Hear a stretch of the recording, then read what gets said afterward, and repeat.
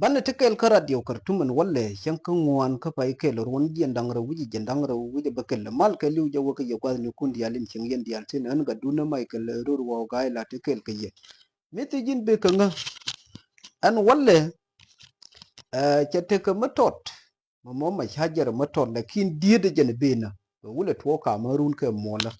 shi je bita selfakir ma yadit ite ka unity state bantu shi ka tibe min mo ka tibe dien min te dor mi kal ka tar wang yela ya ka jula da mai pin e gade bita pele mayu min ka ka general george ka toy sa ya mai ta tone ya ka las pin biya ngai no na pele mayu ka ji bita pele mayu ka sector 2 ya da madi da long ke lar ka jen changan wala me ke mai bita a ji ka liu kulu ke ka control ta nanin ke lar ka ku ne min public gablu kaw yana yar maj mai ta tona ku nga kapin ti kon ma shelle a kon gad ji nu ke liu ma chaw ye lu nu ne biya ti kel ko la din ki a bagien ka mai kun biya mai ta tona biya kan laspin ki gar ngwani ta tona gar ngwani tin ta tar wang yelo ya mai ken ya kan laspin ki a pelle ma yo ki gien te mai ta tona ke ka wu ke kan nan ka ga da tin kon ni tetsin sha lare jorgi ga so sa ko min yum lele shara an sel fakir ma ya di chai gor ka unity state bantu sha warga kya gore general turu kurkwai min mo division 4 commander he gwar division 4 min moran sel fakir ma yadi min padle min yom lele wiro duka bar hay gurtin rai nani tuwono rai alare general akbar batol general turu kurkwai diyo nya roa she lare no ne bentiu sheran kier mo moran kier ma ya garkan yal shay gurtin completely e ngayen wona ne wana mi ko unity state ke mi larke sector 2 agul min larke sector 2 a wajji make kongto ye ngayen wona ne sector 2 itere dor ka unity state bantu je bitaz pelle mayu min kapke the coming president of the republic of south sudan che bantu ke liu kulu che der tile kwel kular je ran sel fakir ma yadi tile wanu bi kai ke je girwe ngam no rodepi min to ka bantu wono chana wule lui general queerpot min moran pin ke lar kwele lar shap bita unity state bantu ku yenji bentiu kuru me guru ne de tuoga hie kur su ni dweli tin la nyen ke ji bentiu ni kyanga eben as fiale mayu kana as fiale maji jin mu wai wo no tel pakir ko be mu yu ke be mu ma ko bi nyen ka as fiale mayu chu nyen ka ko mu duwe ne kon chi mu nyen ni ka ko jiran tel pakir ma yadi ameni yen be yen ne ko dialin no ajen wona ne biya tekel ko nyenye kana ko ne akon dia spelle mayu kur tu ni dweli che to ko unity state bantu rai na ni lar ka ran pin min ngai lo je do ka ngai je no ne chef bita unity state kero banyo liya ka shur tu ni dweli ku ne ba ka sedda mu bar di na min ani lade no rai do ka unity state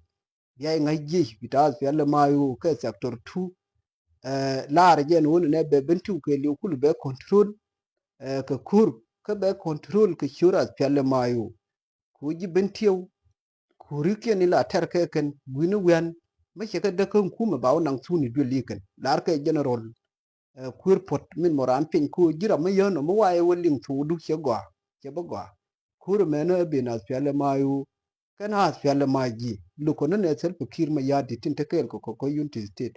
yago shap tin to shap bentiyo ti ko me shele ke nyoro gwas ni ku molar ka jene kan ja pelle mayo ta nanin doj tame ko tel pakir ma yadi tame lar jen wona ne de jibin tiyo de kanyo kuzuka ka ta ga da ne la kuzuna kai ka lakini jibin tiyo kai liu cha matla dien cha ngayaken cha guren kan ne wona ne de rudien nyonyi ka kor mi pil ka ne ta cha rudien ya la ka kan ta moy kan ga bin tiyo sedamo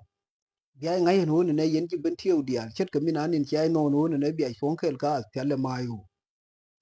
gwa ka ye ka jan madla dun min bi ja ko ne biya madla dun mi bitte ka ye biya ngai chet ka min anin hit woru lu dia la pele mayo ka liu kulu ke wun re shap tin ta ka jinu ka liu kur me we woto chet ka ta nanin gore to biya ngai no ne tile mi chal ka support ku ta ka gar gwalen mata kel ka sel fikir ma yadi da bi ngi cholo bi ngi nang gwazi na ni te nyuritin ka shur ga bi la aje shol ji labran jine jiran Salva Kiir Mayardit mu wai shol bi ngai no jiran Salva Kiir Mayardit mu shila ran Salva Kiir Mayardit ke shur community ko dun la kideto min dong bo wona nan walle ki division 7 min tere doar ka pan gak ke dor mi shal ke wow ke control meni de babat ke dial kulu ke kanang kur we ka wape we malkano ya ngai no na aspyal mayu ke wun gwas ni dial ke liu kulu kala arje ke liu ana wian bita Salva Kiir Mayardit ke je bita Salva Kiir Mayardit be yar mai tilla ma dagtin agarar ma yano ko yen chap dial kulu ana wian mati je bita Salva Kiir Mayardit tin mati nyur tin wiro du min yom lele bo wa uji be je tin ke gwa mikin de da mai de bin ka ji ka cross fire ka ye gwa no wona ne de liu ma jin cham mati ji mai okay ka je ni bila wulu njaw bat cha we cha control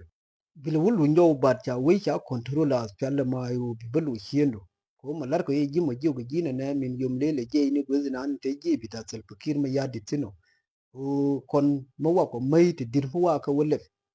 tile je bita Salva Kiir Mayardit ma ba ngaya da maida ka tile cha ma ba ngaya da maida lakin ko ya kamalu me mene ko ne min yom lele woyro dun gwani tin ko ne te je Salva Kiir Mayardit tin yene dial tin te ko bentio Matthew ke ran Salva Kiir Mayardit bi ngayen wona ne Cameroon ke molum luas pele mayu mu wero do waja wu gwez me yono mu we mai ka mu we ko wo yo gwezo ke bagwa amen yene dial tin telera ne dial tin koy ne dial tin te ko mayom ne dial ana wan mate Salva Kiir Mayardit tin me ni me yandit ke lew yen chap tin ko ne te ru koy bi ay ngayen wona ne la ra dun do bido ne je pita Salva Kiir Mayardit ko a pele mayu be ka mai te du long ma we ko wa jawu be bay be te dial be kelin dew jano no ne yen chap dialin ko ne tiyo ke ji ku men wono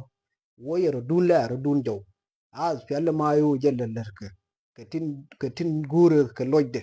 ko as pele mayu ye ta de medan as pele mayu chala as pele mayu mugul jel ke muat ke dial tin dit te tele ke kume jele ke kwata do to go kwa to no we yode daw kel tin be tamo mu yen chap la ro dun jaw ki ro dun jaw ana wi kuer mo ngayo ne ma wi kuer mo ko wurtin bi wi nyurtin ko ni dang ro ko ni dang jaw wi ngaye no ne situation normal lu ni re do arsile ra matiji